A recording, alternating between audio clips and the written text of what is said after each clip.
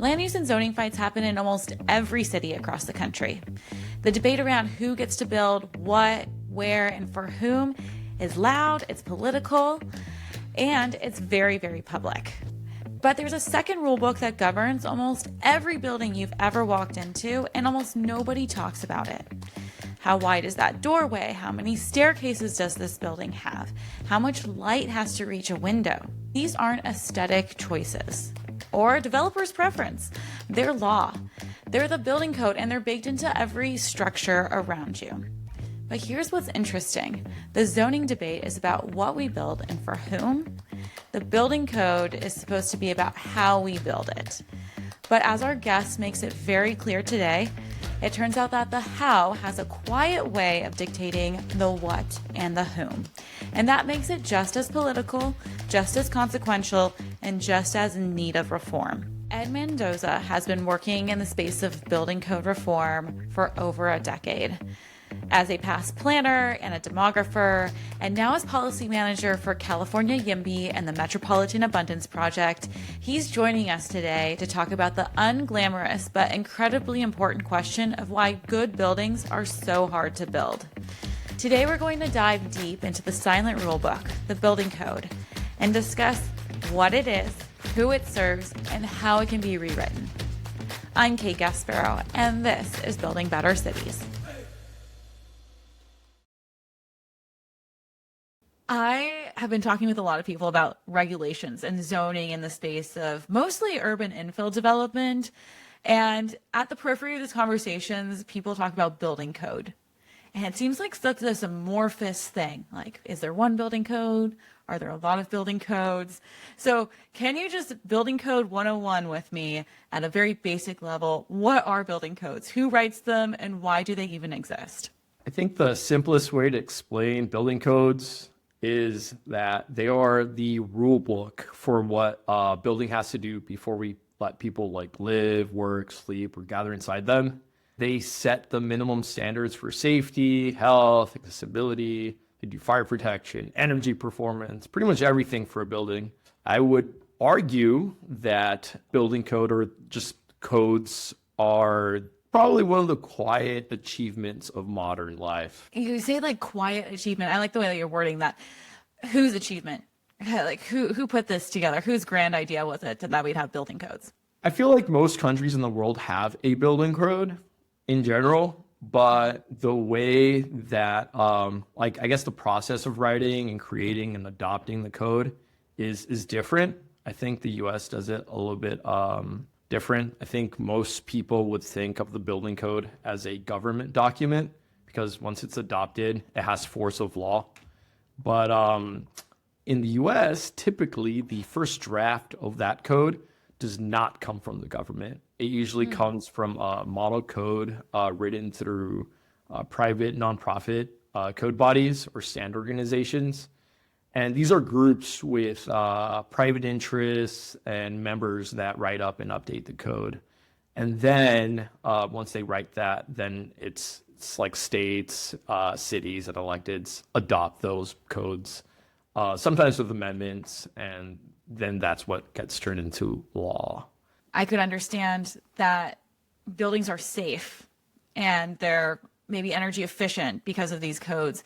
And can you sort of talk through how much codes are about safety versus standardization versus liability protection? Because at the end of the day, they're enforceable by law.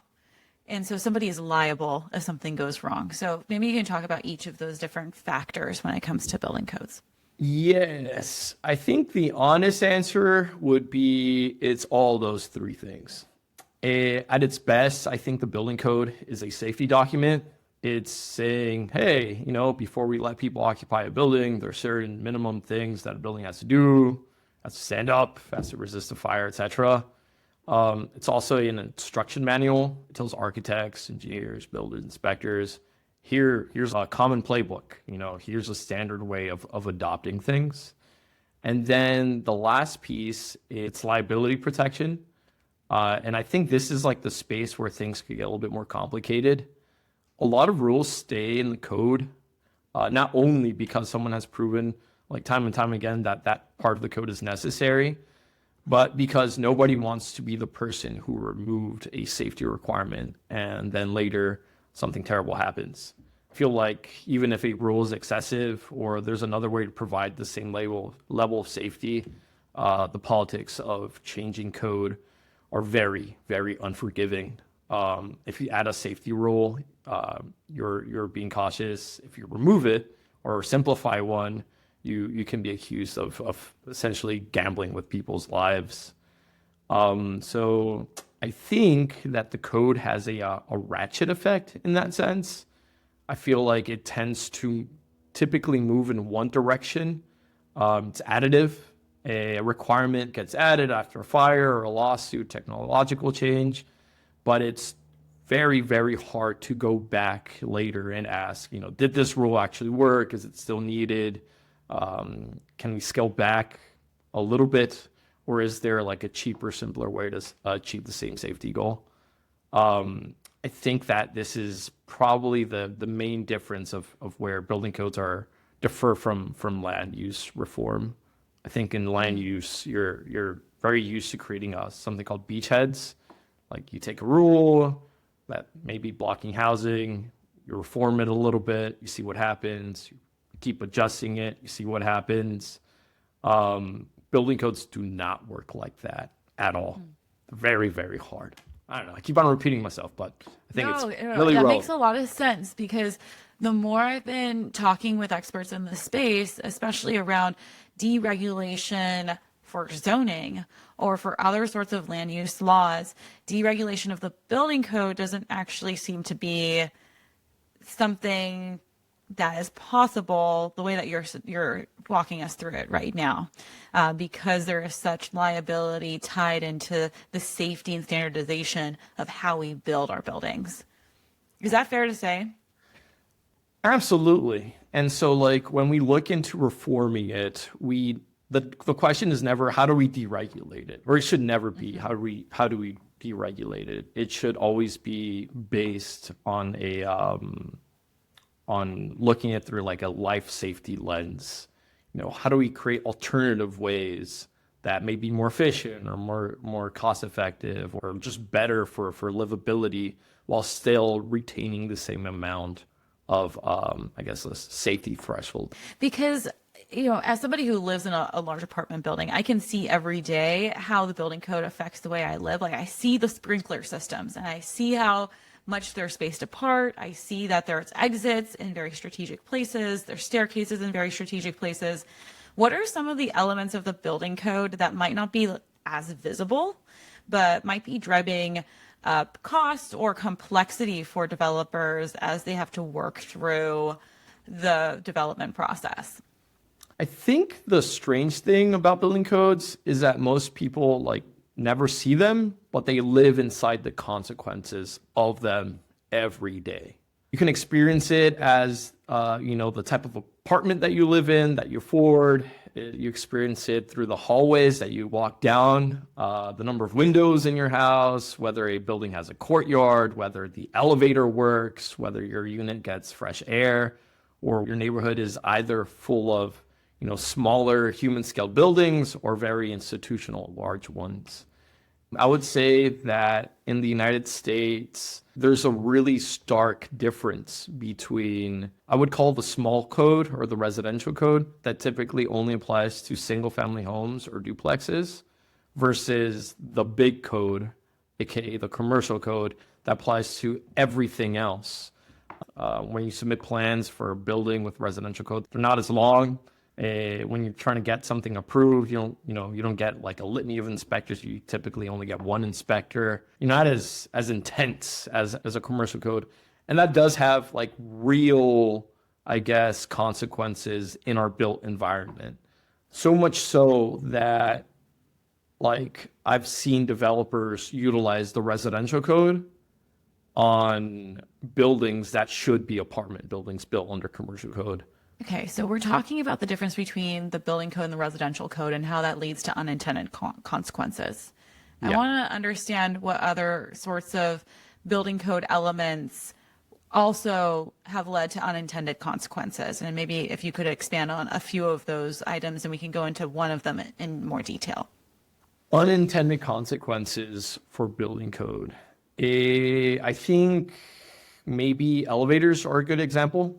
A lot of elevators or like increased elevator rules sound reasonable, or just sounds reasonable in general, right? Bigger elevators, sound more accessible, more protection around elevator shafts, sound safer. A bunch of new technological components sound good.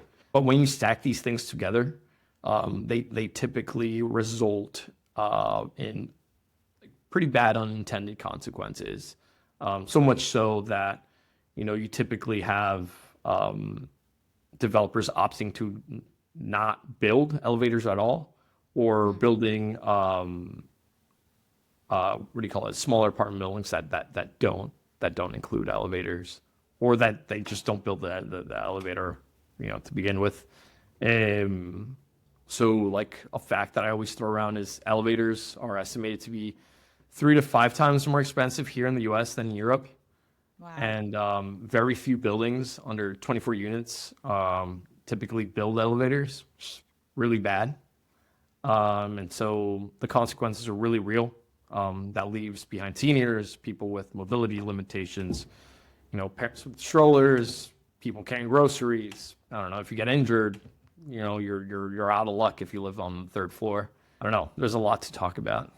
When are elevators needed in buildings? For somebody who is not familiar with ADA laws, why is there a question about if an elevator is needed for a 24-unit building? That seems perfectly reasonable to have. Right.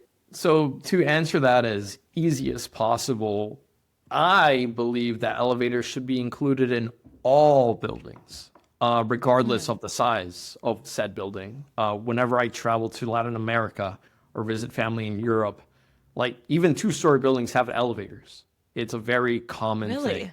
Yeah. Or you see a lot of elevator retrofits where you have a building that was, say, built, I don't know, in 1890 or whenever. They'll have, build an elevator just stuck onto it that works and is accessible and makes the whole building accessible. We don't see that here in the United States. Again, because elevators tend to be, 3 to 5 times more expensive here than anywhere else in the world. And, the reasons for this. Should I go talk about the reasons? Yeah, let's do it. And the reason for this is a simple analogy that I thought about, and I think it's really relevant. And that is the McDonald's ice cream machine problem. Do you know about this? Tell me more. Whenever you go to McDonald's, they say, you ask for an ice cream cone, and they're like, well, machine ain't working, right? You know why the machine isn't working? Because there's only one guy that needs one part that's so hard to source that he cannot make it work. That's my assumption. There's only one company, or there was one company. I think they changed it now, but for a really long time, there's only one company that had the rights to repair the ice cream machine. And, if you want to just jump in line or whatever, you had to pay a little extra fee.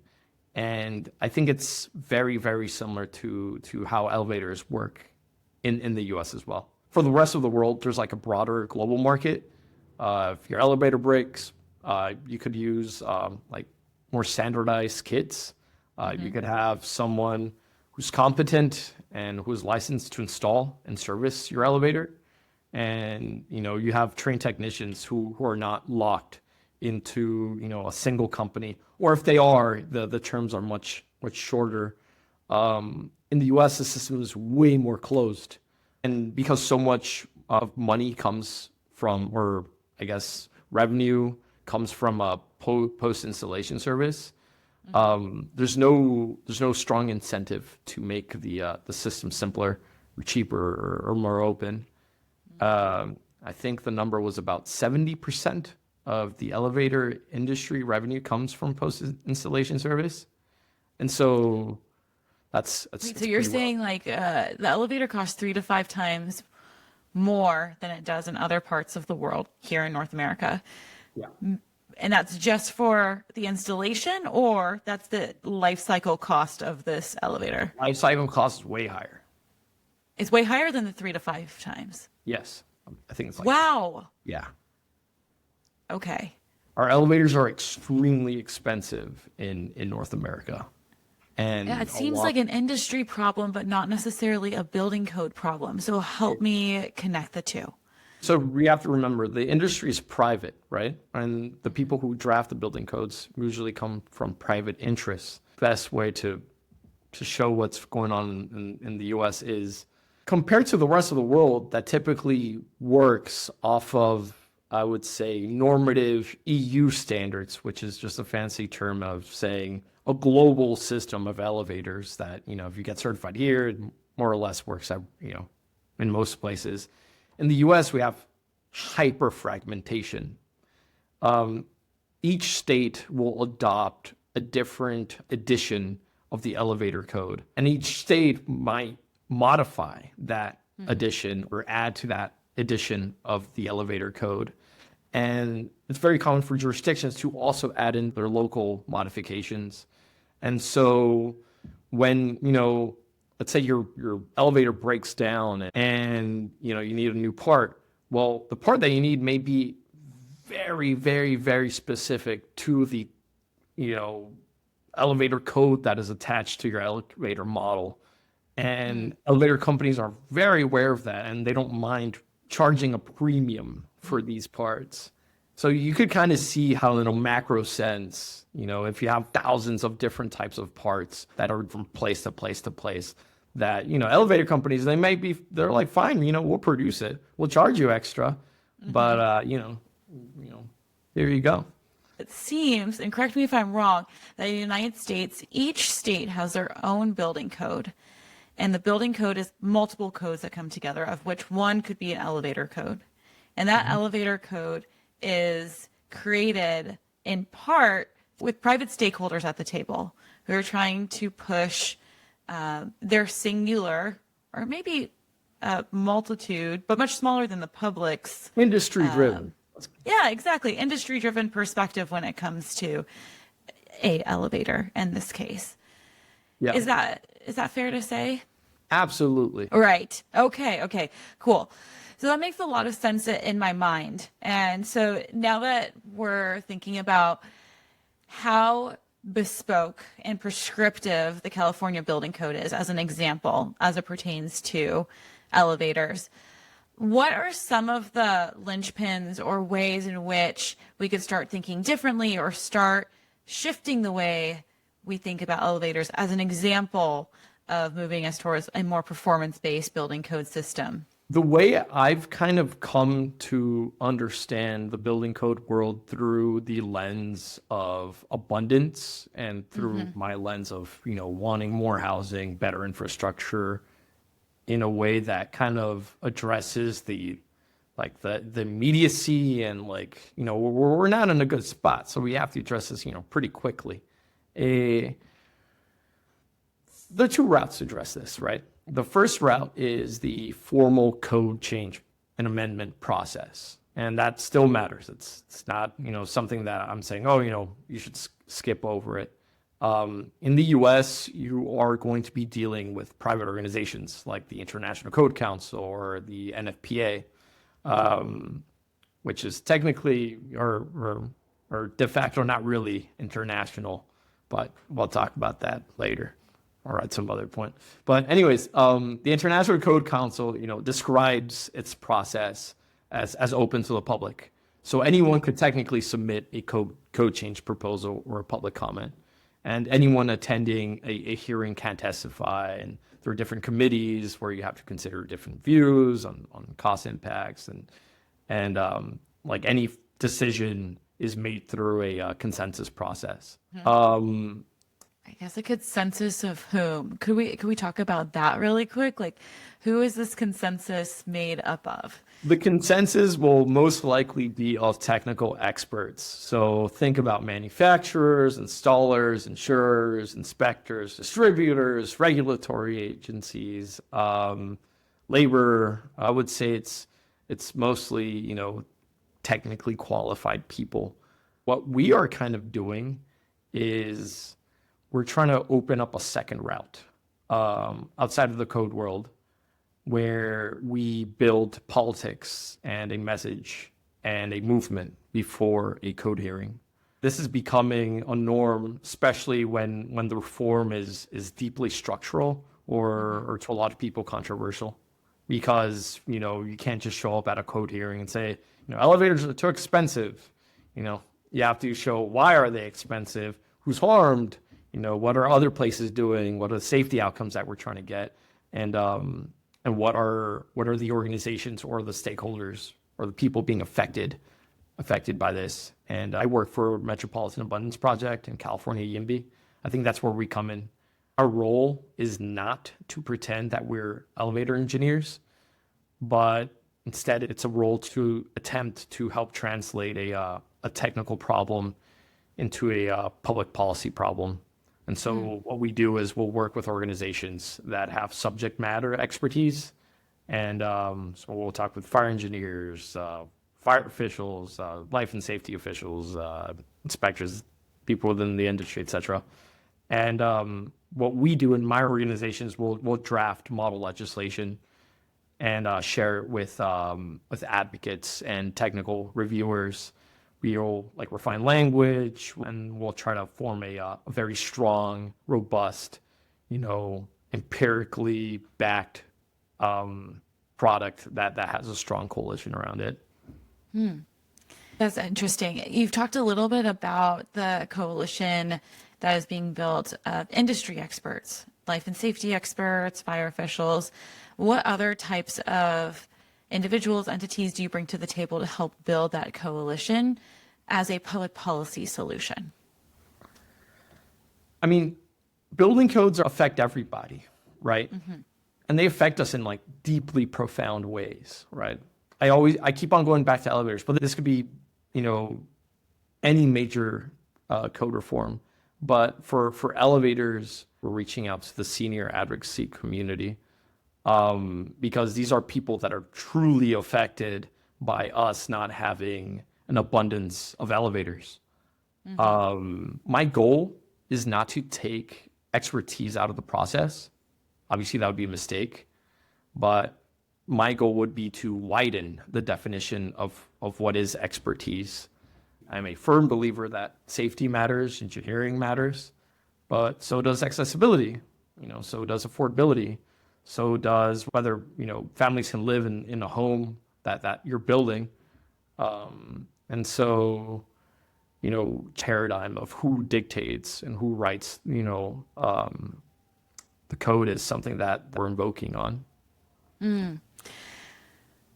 Whenever I think about sort of the evolution of how the building code has become more stringent, and we've talked a lot about elevators today and comparing this prescriptive approach to a performance-based approach. Yeah.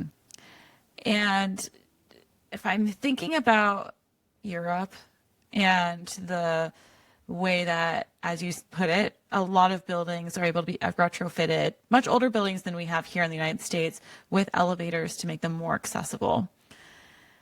And at the same time, those elevators are cheaper to install and cheaper to maintain. Yeah. I could see that somebody on the reverse side of this argument would be like, no, having stringent elevator code, elevator regulations has allowed us to have the safest buildings in the world. And I just don't know how to argue with them in terms of the numbers, because I don't see the European news all the time. I don't see these elevators failing all the time. Are they less quality elevators? Or, Yeah. Can you sort of speak to that? I would point to the counterfactual. I would say, hey, look, type in LA Times, type in elevators failing in supportive housing, elevators failing in old SRO buildings, elevators, not being maintained in older structures because the elevator is just too expensive to change. So another thing that I think is really relevant in this conversation is the topic of power dynamics. I feel like people tend to defer to engineers and fire officials in a way that they do not always defer to other, occupations, like a planner or an architect. And so, especially in the United States, I feel like there's a cultural authority there. If an engineer says this is safer, most people will be very hesitant to question it, even when the question or the real question is, like, is there a better way to achieve the safety, or are there trade-offs? Are there affordability trade-offs? Does this lower our quality of life somehow? An analogy I typically use for this is I sometimes think about this, like what happened in America during our freeway era. In the mid 20th century, we delegated enormous power to traffic engineers to redesign cities around essentially moving cars really, really quickly in and out of the city. And technically, they were really, really good at that narrow task. There was entire handbooks, entire processes to determine, this is how you get a car from point A to point B the fastest, and this is how you park a car once you are in the city. This office building needs X number of parking spaces, whatever, right? Yeah. The broader question, always is, what did that do to the neighborhoods? What did that do to public health? What did that do to safety and pollution and community life and regional growth? All that stuff was treated as secondary, right? And look at our cities today. We're in a way recovering from that era, and I would say that we could draw a lot of similarities from that to building code.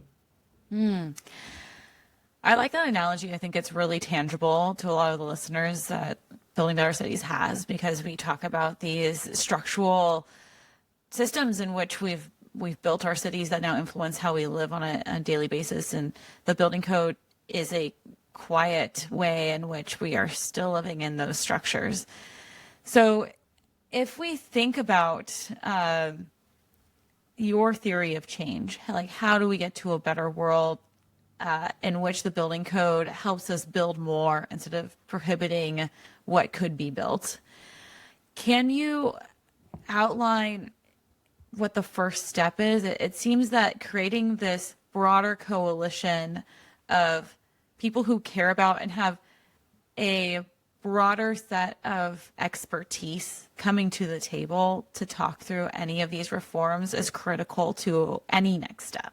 I've seen differences between zoning codes and land use, which for the listener typically says, where a building can go and how big the building can be and who gets to live in that building.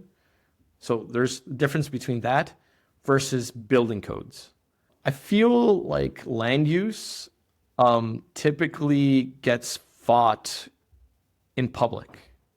And it's a hard fight, and it's a lot of public debate. But usually the way that we found, the solution for this is because it's so constrained, it's so tenuous, and it's so bitterly fought within a local context.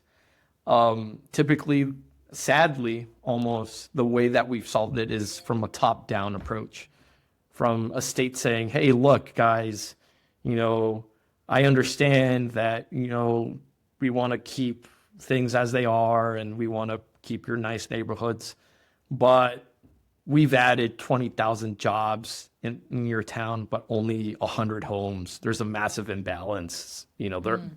It's not sustainable. If nothing happens, your town is going to implode on itself.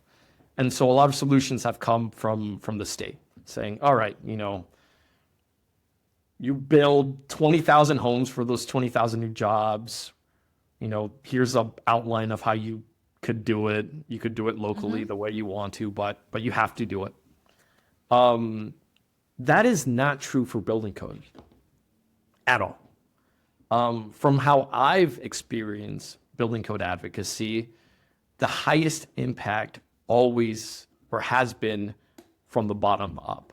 I would say the most effective change or most effective coalitions have come from a local level telling their council member, hey, we want pretty buildings. We want nicer roads. We want more trees. We want these things, get it done. And usually what or kind of the strategy that we're doing is, we're aware of that and we're saying, okay, if a local elected wants to then pursue, prettier neighborhoods, what backing do they need? What type of technical documents and support do they need? What kind of publications from big universities or big institutions do they need to have that, feeling of I'm doing the right thing and it actually is safe? And also the coalitions to say, we're backing you 100%, and we're going to challenge the status quo because they're immovable. You're going to be really, really hard to challenge an engineer. But, if you have a strong enough advocacy base, then it does become possible. It's so interesting to juxtapose these two parts of the development barriers that we've been talking about broadly today. One on the land use regulation side and one on the building code side. It seems like in terms of land use, it's a lot more understood, and everyone themselves, because they live in land use, feels like they could be an expert on it. And that public process has become so hairy. And on the other side, the building code is so technical. And even though we live within the building code, it's hard for a layperson to understand the technical complexity of that. And it's been sort of gatekept by those industries that know them best. And I'm just not saying like, hey, let's let building code be debated like land use is debated, but there must be this happy medium between the way we're approaching both of these aspects, in which technical experts and groups that have expertise in areas that are affected by that technicality can come together to better understand each other, but also use data to drive a better performance-based solution. Very well said. Yes. Okay. Yeah.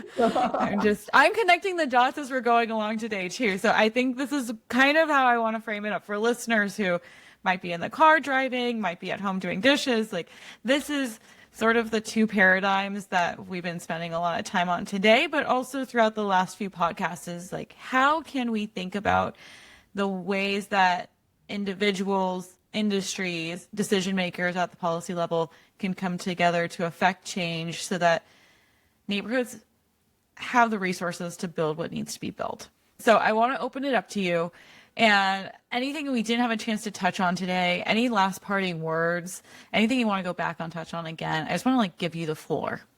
I just want the listeners to really understand how important building codes are, even though they may seem like a giant technical book. And, you read it and you're like, oh my gosh, what do these numbers and letters mean? They really do shape how our cities function. I come from a planning background. I used to work at the city of Los Angeles and the city of Culver City. And I remember being tasked to draw up a affordable housing overlay zone. My council said, we want more affordable housing. And I found that, the only way to build affordable housing in this city, in the neighborhood where they wanted the zone, was to be able to build, more modestly sized apartment buildings, right? The 5 to 20 unit apartment.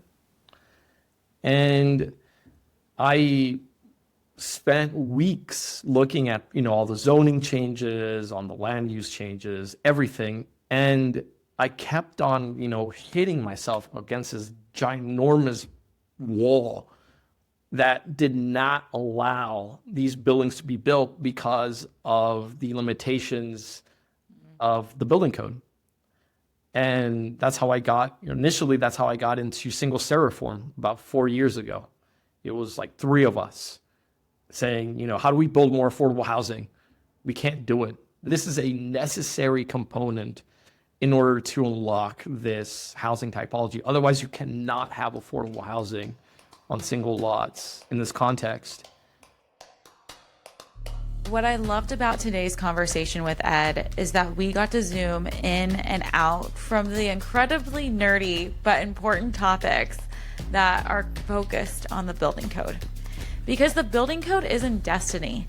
It's a document, one written by people, shaped by interest, and updated when there's enough pressure to build something and change it.